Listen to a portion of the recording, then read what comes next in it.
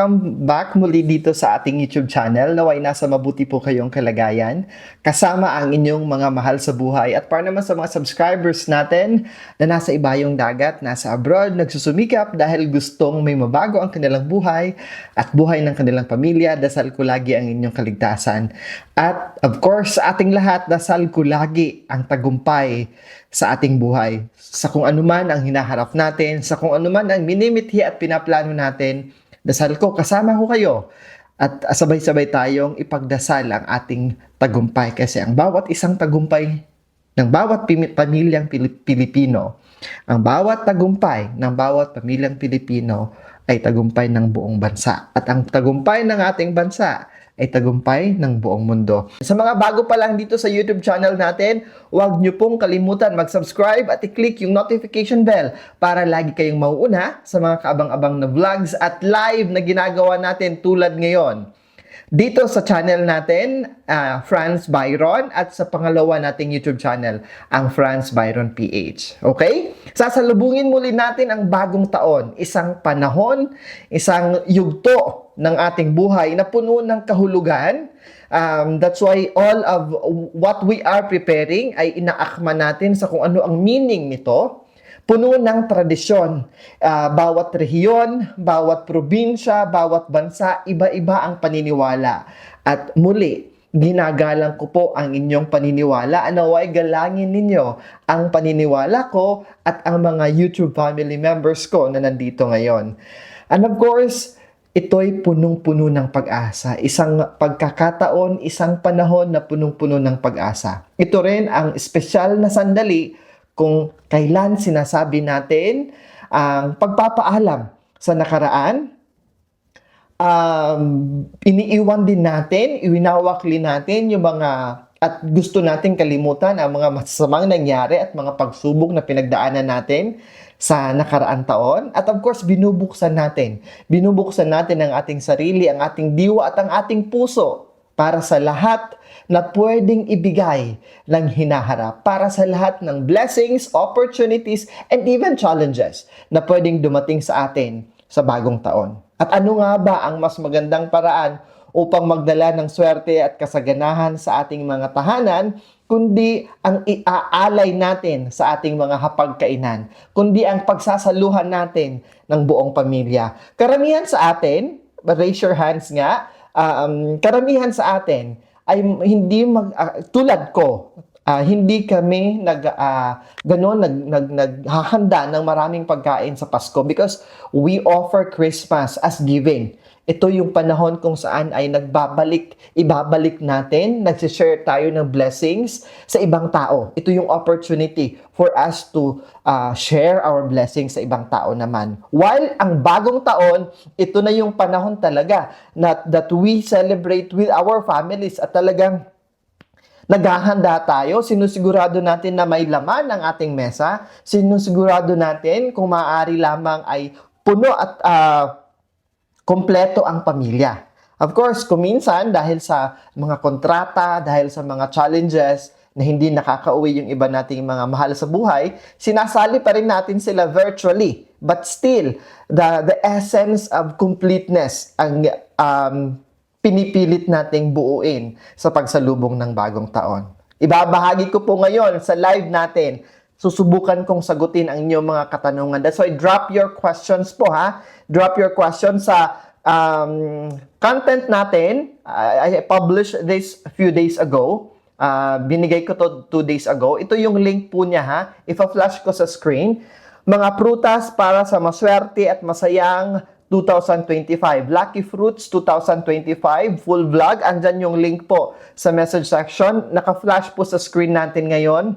By the way, I am currently live and I am also currently recording myself. Sa harapan ko ngayon ay camera para ay makapagbigay tayo ng shorter version ng live na ito sa ating mga kababayan. Okay? So, mag-upload tayo kung saan we are going to summarize yung pinag-usapan natin ngayong gabi. Okay? Lahat ng katanungan po na pinadala ninyo ay sasagutin natin sa live natin ngayon. Okay? Okay, unang katanungan. When is the best time? Kailan ba? Kailan ba ang pinaka-best na oras o panahon para buuin, okay, para iset at ayusin natin yung basket of fruits, the lucky fruit basket natin para sa 2025. Kailan? It's between December 30 and 31 po. Kasi kung masyadong maaga, madali pong masira yung mga prutas. May lifespan po. Lalong-lalo na if yung mabili ninyo sa palengke or sa grocery is already ripe enough. So, ilang araw lang ang tatakbuhin nito, talagang masisira na yung prutas. That's why, I'd rather have it, hindi kasi natin pwedeng bilhin ng mas maaga. Unlike other things na hindi perishable, yung hindi nasisira, yun.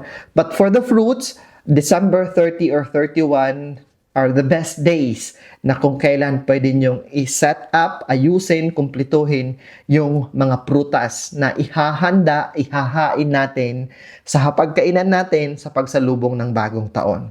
Pangalawa, kailan ang pinakamagandang oras at panahon na kakainin natin yung mga prutas na yan? Okay?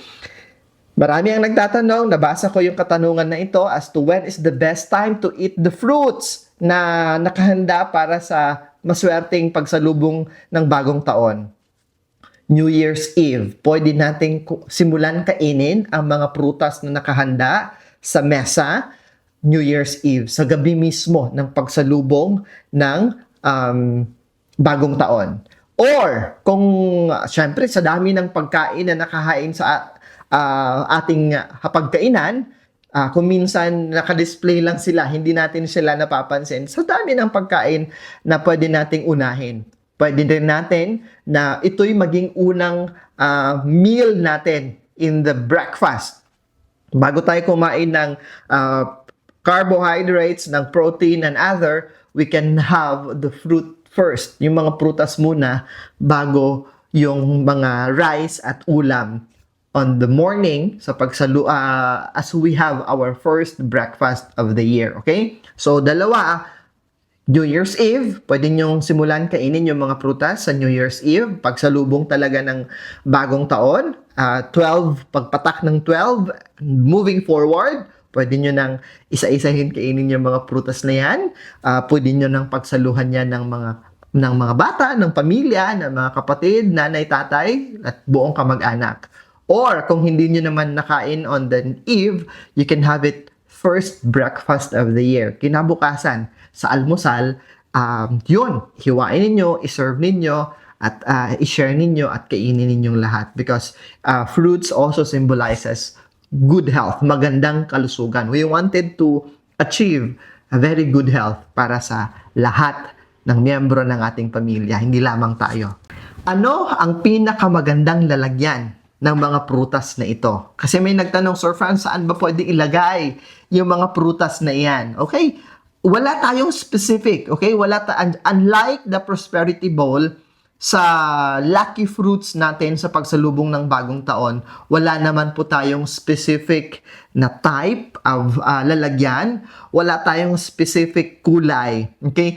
First, okay lang po na ilagay ninyo sa native na basket. Diba? We have this native basket. Yung iba sa inyo, tinatago lang dyan. The native basket would give a very natural feeling, a very aesthetic appeal sa pag-arrange ninyo ng lucky fruits ninyo para sa bagong taon. O pwede rin yung malaking bowl na pagkakalagyan yan. The bowl could be a plastic, a bowl could be a fruit, a bowl could be ceramic, could be glass. Nasa sa inyo na po, okay? Kasi unlike the Prosperity Bowl na mas may sinasuggest tayo na specific material made ang bowl na yan, sa fruit basket naman, walang specific, okay? Any type, basta maayos, maganda, nalalagyan, it's good to go. Walang problema yon, okay? So, wala tayong problemahin pagdating sa lalagyan ng prutas natin. Making sure it's presentable. That's the first concern. Pangalawa, kakasya lahat ng prutas natin. Sa isang lalagyan, dapat kakasya siya. Pangatlo, na consideration natin, it should be round, okay? Maghanap kayo ng pabilog, yung hugis ng lalagyan ng mga prutas. Yun yung tatlong consideration na maisasuggest ko po sa inyo sa katanungan na ano yung pinakamagandang lalagyan ng mga lucky fruits para sa 2025 na pagsalubong natin. Okay? Ngayon, napag-usapan na natin saan siya ilalagay, ano yung container niya, saan naman ito dapat ipupwesto. Sa loob ng ating tahanan, saan ito dapat ipwesto. Babalikan ko ha, yung prosperity bowl, hindi siya pwede sa dining table natin at sa buffet table natin. Doon natin siya ilalagay sa receiving area, sa lobby, sa reception, or sa mga bahay natin sa sala, malapit sa main door. Hindi sa main door, hindi sa pintuan, but malapit sa main door, sa sala natin.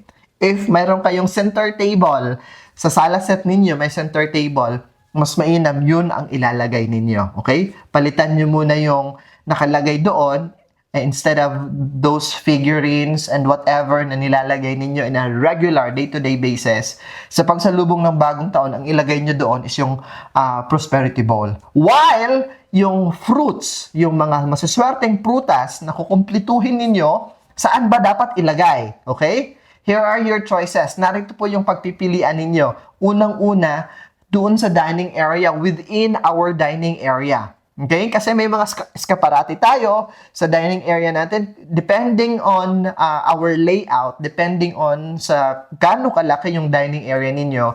So, pwede kayong mag-set up ng buffet table, so ilagay doon sa buffet table. Or, kung wala kayong buffet table, diretso doon sa dining table, ilagay nyo sa pinakagitna ng dining table ninyo yung basket of fruits ninyo. Yun ang pagkakalagyan. Basta within the dining area. Hindi sa kusina, hindi sa sala, but sa dining area po dapat natin ilagay yung mga lucky fruits sa pagsalubong ng bagong taon. By the way ha, abangan po ninyo. Ipa-plug ko na lang. Coming soon, yung mga pagkain. Yung mga dishes na dapat nating ihanda. Ano ang magiging menu natin para pagsaluhan ng buong pamilya sa bagong taon? That's coming soon. Ano naman ang masuswerteng mga bulaklak? Because most of the time, mas nakafocus tayo dun sa fruits, mas nakafocus tayo dun sa ibang mga bagay. Alam niyo po ba na ang bulaklak din po ay nagdadala ng kasaganahan, magandang enerhiya sa ating mga tahanan. Kaya isa rin sa upcoming natin na next week na content is tungkol din sa mga bulaklak na pwede nating i-arrange sa ating mga sala, sa ating dining area, para sa pagsalubong, para sa mas maswerte at mas masaganang pagsalubong 2025. Ilang klase at ilang pirasong prutas dapat ang ihanda para sa bagong taon? In fact, may nagtanong dito, Sir Franz, this question is from at Robin Moralde 4550. Sabi niya, Sir Franz, pwede po ba kada prutas, isa lang ang bibilhin? So, meaning to say, in general sa kanya, in general, whether maliit na prutas man yan o malaki, tigi-isa lang daw. Actually, yes. Pwede naman po. Kasi kung dalawa lang kayo, o mag-isa ka lang sa apartment, sa condo unit, o sa bahay mo, na magse-celebrate at mag-welcome ng New Year, at hindi mo kayang ubusin ng isang dosena na prutas or 13 peraso at tig-13 or tig-13 per type of fruits, talaga namang masisira lang yan, di ba? So, let's go with the practicality. Pagdating sa ilang peraso at ilang klaseng prutas, unang consideration, the first consideration that you need to understand is ilan ang kakain.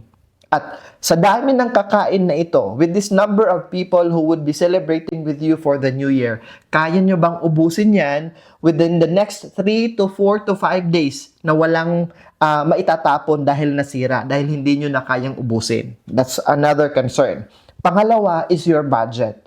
Mahirap na pipilitin natin ang sarili natin dahil sa makikiuso tayo, dahil ito ang naging abala ang lahat ng tao, nakikipag-agawan sa mga palengke, sa mga department store at sa mga downtown area ng mga syudad at mga bayan natin, nakikipag-agawan na kumpletuhin ang ganito karaming prutas, pero wala namang budget. Okay, in as much as possible, dapat po na hindi natin inutang yung mga ipanghahanda natin, yung ipangbibili natin ng mga prutas. Let's do always in our YouTube channel, let's always go with the practicality in celebrating the new year. We'll always focus on the practicality. Anong mangyayari? Hindi talaga kayo saswertehin kung yung pinanghanda ninyo is puro utang. At pagkatapos ng bagong taon, pahirapan kayong makapagbayad ng mga inutang ninyo para lang makumpleto yung mga prutas na yon. Okay? Another gabay ko po sa inyo ha, kasi marami dyan sa palengke. Marami dyan sa mga bibilhan ninyo ng mga prutas. Kahit yung mga maliliit pa na klase na prutas binebenta nila, yung hindi pa makakain. No, it's not about that. It's not about completing the 13 types of fruits or the 12 types of fruits kung hindi nyo naman makakain yon. So, dapat lahat ng isasali natin sa basket of fruits natin, lahat yun ay makakain. Okay? Lahat yun ay makakain. Pwede nyong bilhin yung slightly hindi pa masyadong hinog para i-estimate nyo na yung kakayahan ninyo na mauubos yon. That's another consideration. Yung titingnan nyo muna na, okay, sige, itong pinya, hindi muna hahanap ako ng medyo hindi pa ganun kahinog. Okay? Kasi may mga nagbebenta sa palengke, alam nyo, ang liliit ng guava, bayabas, ganun no? Alam mong hindi hinog at hindi makakain at hindi, mong walang silbi in general.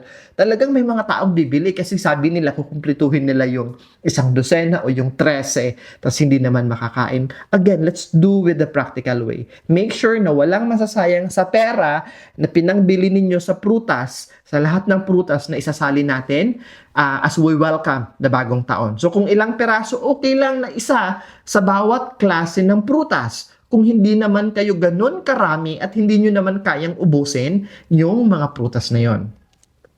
Pwedeng isa lang ha, tigi-isa sa bawat klase. Pwede rin tigta-tatlo sa bawat klase. And for every kind, yung maliliit na klase, tigta-tatlo rin. Say for example, apple, 3 apples. Mango, you can have 3 mangoes. Ganon. Oranges, 3 oranges. 3 of each kind, ika nga. 1 for the giant, yung malaki ha, yung malakihan na mga prutas. Like pinya, like watermelon, like the melon itself, the papaya. These are in big size, okay? Isa lang, okay? Isa lang ang bibilhin ninyo. Kasi, of course, kung 2 dosena kayo sa inyong pamilya at hindi magkakasya para sa lahat, you can add more. But if you are into the small to medium number of family size, ilan lang kayo, 4, 5, 6, is okay na yung isang malaking pakwan, isang malaking langka, okay? Speaking of langka, may nagtanong, Sir Franz, pwede ba yung hilaw? Di ba? Kasi we have the hinog na langka at hilaw na langka. My answer is yes. Why? Kasi pwede pa rin naman kainin ng hilaw. Ginugulay yan, diba? Ginataang langka. Diba? We have that ginataan na langka. So, yes, you can. Kahit hindi yung hinog. But I would suggest na mas maganda yung hinog. Because yung halimuyak nito, just like the cinnamon, aroma of the cinnamon, ganun yung effect niya. Alam niyo po ba, yung we are into business. Parents has been into business. When we do business opening, isa sa nilalagay namin sa harap ng tindahan, if it's business opening, is yung hinog na langka. Why? Di ba? Yung humahalimuyak, sumasabog yung ang bangong amoy nito. And napapalingon yung tao. Di ba? Yun nga lang, you have to go with the timing kasi hindi always season yung langka. And as well with other fruits na isa-serve natin on the New Year, hindi lahat yan is on season. Kaya, nagmamahalan. Ganon. So, kung ilan ang kukumplituhin ninyo, nasa sa inyo na po yun. Basta pwede tigi-isa, pwedeng tigta-tatlo. Mas better you follow the odd number. Pero kung malaking pamilya kayo, syempre, you can have really isang dosena na different types of fruits or 13 types of fruits. Depending. Babalikan ko yung sinabi ko doon sa recorded vlog natin. Sabi ko doon sa recorded vlog natin, kung sa tingin ninyo ay naging maganda ang buhay ninyo at maswerte kayo by preparing dozens of fruits, then go on. Kung maging maswerte kayo in preparing 8 klaseng prutas, then go on. Pagpatuloy nyo yan. Kung naging maswerte kayo in preparing 13 different types of fruits, then go on. Pagpatuloy nyo yan. Okay? Ginagalang ko yan. And go on with that one. Pero kung sa tingin ninyo, wala naman eh. Parang nakasanayan lang namin because napasa na tradisyon ng pamilya from grandma to from the great grandmother to my grandmother to my mom this time, parang napasa-pasa na lang. You can try to shift, okay? At ikaw na may pamilya ka na ngayon, ay oo nga, at ang liliit pa ng mga bata, hindi naman nila kayang ubusin lahat ng prutas. Sige, this time, 5 different types of fruits kasi ito lang yung budget ko, di ba? So ganun, kasi alam ko sa bawat nanay, sa bawat tatay dyan, simula nung ako na yung nag-earn ng sarili kong pera and I spend my own pera, alam ko bago ako lumabas ng bahay, naka-budget na, di ba? Okay, 2,500 yung budget ko para sa mga prutas. Ganon. 2,000, for the dessert, ito yung budget ko. Ganon. So, may budgeting kayo. And do not go out. Huwag niyong sirain ang budgeting. Just to trying to please yourself dahil sa paniniwala ninyo na kailangan 13. At nabaon kayo sa utang para lang kumplituhin yan. But, kung talagang you are on a state of really abundance, go on. Kumplituhin nyo hanggat sa pinakamaraming kaya ninyo na kumplituhin ninyong prutas. Sa mga asyano tulad natin, ang prutas, and in general in feng shui, ang peras ay sumisimbolo ng katatagan, resilience, tenacity. Ito yung sumisimbolo ng peras na creating a supportive environment and overcoming, malalagpasan natin ang lahat ng pagsubok at mga difficulties na pwedeng nating salubungin sa bagong taon. Okay? So, in feng shui, this resonates actually qi and qi, attracting potential prosperity at enhancing wealth. Kaya sinasali natin yung peras. So sa lahat ng mga binibigay ko sa inyo ng mga prutas, pinapakilala ko sa inyo ng mga prutas, hindi ibig sabihin lahat yun kukumplituhin ninyo. I am giving you option kasi baga pagpunta ninyo sa palengke ninyo ay walang ganito, ito yung available. So you have the option kasi naibigay ko the most na pwede kong maibigay. Pangalawa is the dragon fruit. Uso na ito sa Pilipinas kasi marami ng mga plantation of dragon fruits. Baka maging season o baka maging available dyan sa palengke or grocery ninyo o sa mga lugar na kung saan maraming prutas ang may binibilhan tayo. Bawat bayan may area tayo na bilihan ng mga prutas. So, ano naman ang simbolismo ng dragon fruit kasi isa rin po ang dragon fruit sa maswerte nating idagdag sa basket of fruits natin para sa bagong taon. Ito'y nag-i-enhance, tumutulong na maging stable ang buhay natin sa buong taon. Ito'y nagre-represent din sa tinatawag natin the earth element na sumusuporta na maging stable yung buhay natin, steady and stable yung buhay natin. This type of fruit attracts grounding energy. Yung magandang pundasyon. Yon ang simbolismo ng dragon fruit. Kung wala kayong young coconut, the regular coconut, you can actually add this one on your basket of fruits. Okay? Tinawag nga natin ito sa Pilipinas, di ba? The tree of life. Kasi sa lahat ng bahagi ng puno ng nyog, may silbi, may purpose at may paggagamitan, di ba? But in feng shui actually, yung coconut or yung buko or in general the coconut, okay, symbolizes purity, fertility, and divine blessings. Di ba? Sinabi ko kanina, lahat ng bahagi nito ay napapakinabangan. Divine blessing, ika nga, ang punong ito. The coconut's hard outer layer, itong matigas na bahagi, yung coconut shell niya, nagre-represent sa feng shui ng protection. While yung puti sa loob, the coconut meat, ito naman ay nagsisignify inner purity, kadalisayan.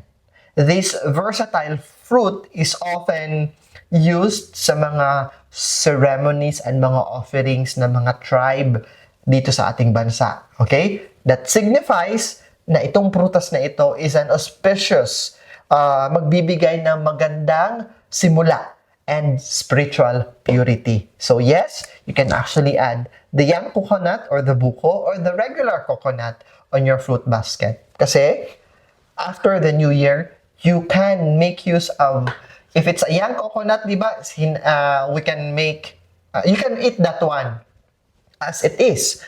O, bubuksan nyo lang, iinom nyo yung sabaw, and you can eat the coconut na walang kaartehan. O pwede rin, you can make it as a buko salad. While the regular coconut, yung matanda ng coconut, pwede nating gamitin sa mga ihahain, iluluto natin na pagkain na may gata. Tama ako, di ba?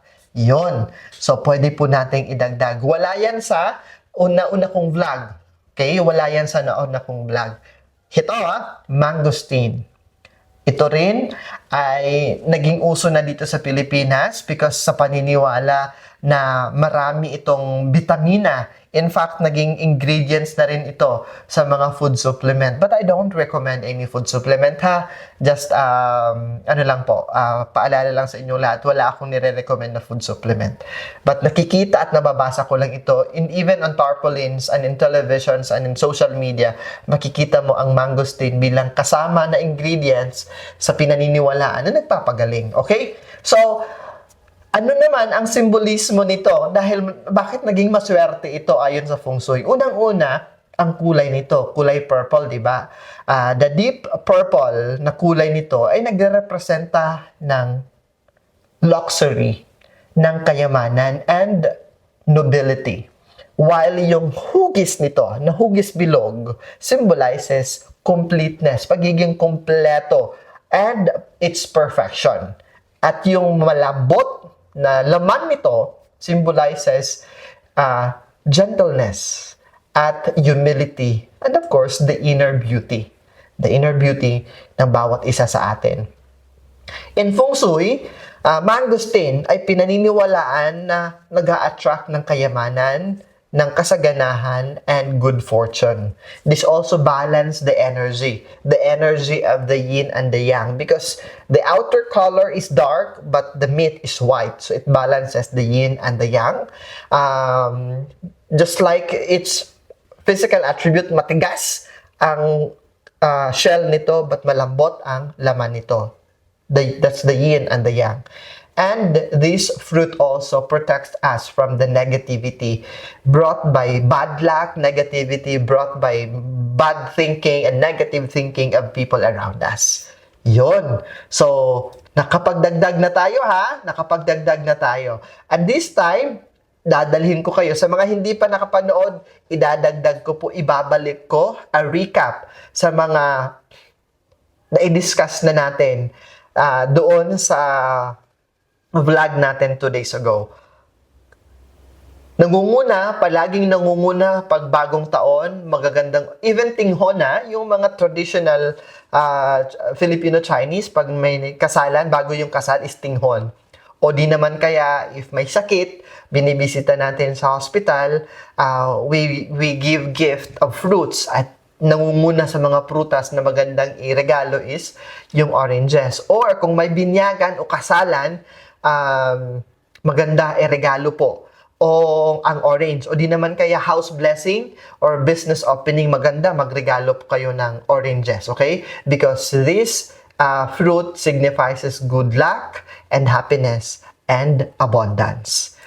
And the pomegranate, may nireply ako kanina sa YouTube comment, sabi niya, granada. Tama. Kasi kami, nung maliit pa kami, may tanim kami nito. We called it granada. Most of the Filipinos call pomegranate as granada. Okay? So, ito, sa Feng Shui, symbolizes longevity and prosperity. Okay? Ang napakaraming buto nito ay sumasagisag ng kasaganahan. Di ba? Pagbukas mo nito, brilliant red, bloody red na mga buto, at ang dami. That symbolizes kasaganahan. Melon. Ang melon is halimuyak ang amoy at marami yung buto. Soft yung laman nito. This fruit naman symbolizes family togetherness. Lalong-lalo na if you have been feeling right with your instinct na naging troubled na yung family relationship ninyo, mas mainam na isama nyo po. Kung makakapaghanap kayo at may available na melon, kahit isang peraso lang na maisasama mo doon sa lucky fruits. And the apple, okay? Apple signifies peace and safety in life, okay? Katahimikan, kapayapaan, at kaligtasan. Ito po ang sinisimbolo ng mga apple. So, hitik na hitik din ng apple sa mga mabibili natin sa mga grocery at sa mga palengke. So, hindi natin problemahin yung orange at apple, di ba? So, kahit anong klase wala akong sinasabing brand or specific size ng apple. In general, apple, it could be green or red. Both signifies peace and safety in life. And of course, yung pinya. Ang pinya naman ay sumisimbolo ng kayamanan because its color yellow as ginto. Sabi ng iba, wag yan kasi maraming matinik at the same time maraming mata. Marami daw yung chismoso at chismosa na babantayan yung buhay nyo. No, hindi ganon. Okay, hindi ganon. Siguro in your layman's interpretation, but in Feng Shui, makikita nyo sa mga decor, the mga lanterns during the Chinese New Year, di ba? May pinya, tapos may tassel, because pinya is actually symbolizes wealth, while the pineapple itself, okay, is about health. So it's health and wealth in combination. Yan ang sinisimbolo po ng pinya. While yung grapes naman, okay, yung iba, talagang pagpatak ng alas 12, maliban sa pagtatalon para tumangkad sila o pagkakalembang at pag-iingay, ang una-una nilang kinakain is yung isang dosenang grapes. Whether it would be green, purple na grapes, we call it violet, others would call it violet, or dark violet, or light violet, basta grapes, okay? So, kumakain sila kasi gusto nila na maging puno or hitik ng kasaganahan because grapes symbolizes full of abundance sa buong taon. So, kumakain sila ng isang dosena that every piece of the fruit, the grapefruit, symbolizes abundance sa bawat buwan ng isang taon. Depende sa inyo kung ano yung paniniwala ninyo. Nakikita ko yung iba, sinasali nila ito sa Christmas tree. Pagkatapos ng celebration ng Christmas on the 30th, pinapalitan nila yung mga Christmas balls, mga grapes ang sinasabit nila, which is actually okay na okay din po. Yung iba nagsasabit sa may pintuan, yung iba may sinasabit sa may bintana. It's up to you. You can actually do it. But eating it and enjoying the grapes with your family is the most effective way to invite a year full of abundance. And of course, ang pinagmamalaki nating mangga. Ang Pilipinas ang may pinakamatamis na mangga at hinahanap-hanap na mangga ng mga foreigners. Okay? Ito yung tinatawag natin na prutas ng kaligayahan. And we wanted to bring happiness, di ba? Iba yung kaligayahan na dulot ng mga tagumpay natin sa buhay at dulot ng pera at kayamanan. Pero iba rin naman yung happiness within ourselves. And we wanted that our family members will be happy. So isalin natin po yung mangga as the fruit of happiness. Papaya naman, by the way, kung maghahanap kayo ng papaya, mas maganda yung medyo green pa siya. Sa dami ng prutas na ihahanda ninyo, isasali ninyo sa bountiful basket of fruits ninyo or the lucky basket of fruits ninyo, mas maganda na yung iba is medyo yung hilaw pa. As the days progress, habang tumatagal, ay papahinog ito ng papahinog hanggang sa oras o panahon na pwede nyo na siyang kainin, ay nakain nyo na yung ibang prutas. Okay? So, ano naman ang sinisimbolo ng papaya? Ito yung prutas ng pag-ibig at protection. So, for anyone who would like to achieve love and protection para sa buong pamilya, ito na po. Okay?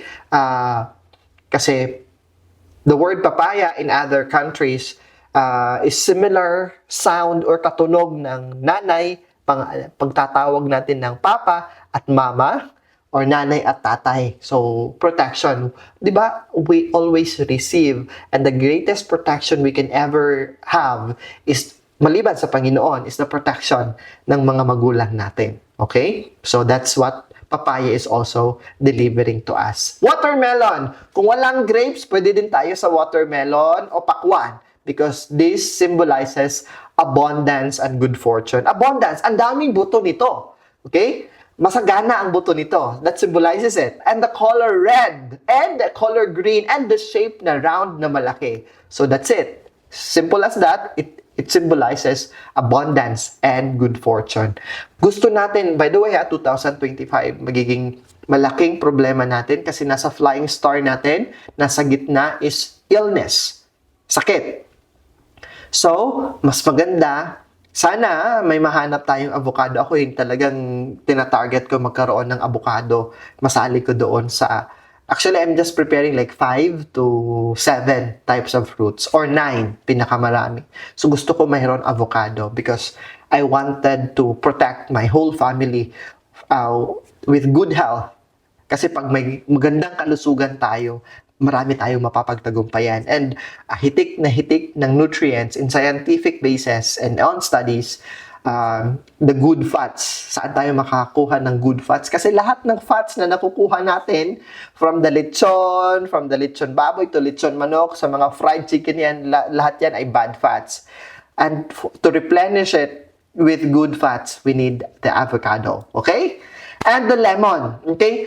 Kagabi, nag-discuss ako tungkol sa decluttering at paglilinis. May tinuro ako sa inyo na gagamitin niyo for your cleaning water. Sinali natin doon si calamansi or si lemon. Because lemon symbolizes cleansing and fresh start. Yan ang simbolismo ng lemon. So, Sir Franz, hindi naman nakakain yan ng lemon eh. But we do squeeze the lemon to have a lemon water. Diba? So, we can add this one also. Lemon. Jackfruit. Napag-usapan natin to kanina. Naibigay ko na rin po yung meaning nito. So, hindi ibig sabihin, maraming tinik-tinik, Franz. Ibig sabihin nito, maraming tinik-tinik sa buhay natin. Hindi naman po, okay? Hindi naman po. Jackfruit symbolizes the elements of fire. Okay? Diba? We have, in Feng Shui, we need to balance all the elements. Okay? Ang jackfruit or ang langka ay nagpapaunlad o nagbibigay kaunlaran sa pamamagitan ng paghikayat pagdating sa pananalapi at personal na paglago sa pamamagitan ng pagpapatindi o pag-i-improve ng enerhiya ng tao at ng tahanan natin. Yun. Sa pamamagitan ng paglalagay ng langka, that's the Li in the Qi energy. Pinalalakas ng langka ang masigasig o mas pinasisigasig at pinasisigla nito ang enerhiya ng ating tahanan. Kaya, pinahuhusay at pinasisigla ng langka ang enerhiya ng mga taong nakatira sa inyong tahanan. Kasama na dyan ang guava. Filipinos, we have guava sa Pilipinas. But huwag kayong bibili ng guava na ang liliit pa, talagang hindi pa makakain. Kung ano man ang isasalin nyo sa bountiful basket of fruits or the lucky fruits ninyo, make sure lahat yon ay makakain nyo po. Okay? So, ang guava naman is an earth element. Okay? Nagbibigay katatagan at sumisimbolo ng pagiging maaasahan natin. Yun. At equality. This also symbolizes equality. Java apple. In English, Java apple ang tawag nito, but tayo mga Pinoy, we call this as makopa. Okay? From its color red, very inviting. Red is protection. Para siyang bell, di ba? Ito'y umaangkla ng matatag at magandang relasyon ng pamilya. Sumisimbolo rin po ang makopa ng pagkakaisa at katatagan dahil sa elementong wood na dala nito, the wood element. Okay? So, meron tayong, kung may mahahanap kayo and then the pomelo. Okay? Ang pomelo ay madalas na nakikita bilang isang simbolo ng kasaganahan and good luck sa Feng Shui. Na maganda na iregalo, lalong-lalo na kung dadalo kayo ng baptism, binyag, o kung may kamag-anak kayo na bagong panganak, maganda ang pomelo na iregalo po because magiging maswerte ang bata, okay? Magiging masagana ang buhay ng bata na ipinanganak tas nagregalo kayo ng pomelo. That's tried and tested po. And we have banana. 'Di ba? Puro bilog, puro bilog. Sir Franz, bakit pwede yung mahaba? Actually, banana, in Feng Shui, it's the wood element. At ito'y sumasagisag ng pag-unlad at isang maayos na kapaligiran. Nang walang gulo, nang walang ang tahanan na tahimik at matiwasay ang pamumuhay. Ito ang sinisimbolo ng saging. Sinama din natin ang kiwi. Although ini-import natin ito, although may nalalaman ako may mga probinsya, may mga region in the Philippines na meron ng panim na kiwi, but seasonal lang ito. Most of the time, we import kiwi. This is actually a fruit na maswerte rin, na pwede niyong idagdag. Ito'y nauugnay sa kalusugan, kabutihan ng loob, kagalingan, kabaitan, at pagiging bukas sa lahat ng mga opportunity. Sinasagisag kasi ng kiwi fruit ang swerte, youthfulness or kabataan, and the energy that we need para mapagtagumpayan ang lahat ng hamon na pwedeng harapin natin sa darating na bagong taon. Ayun!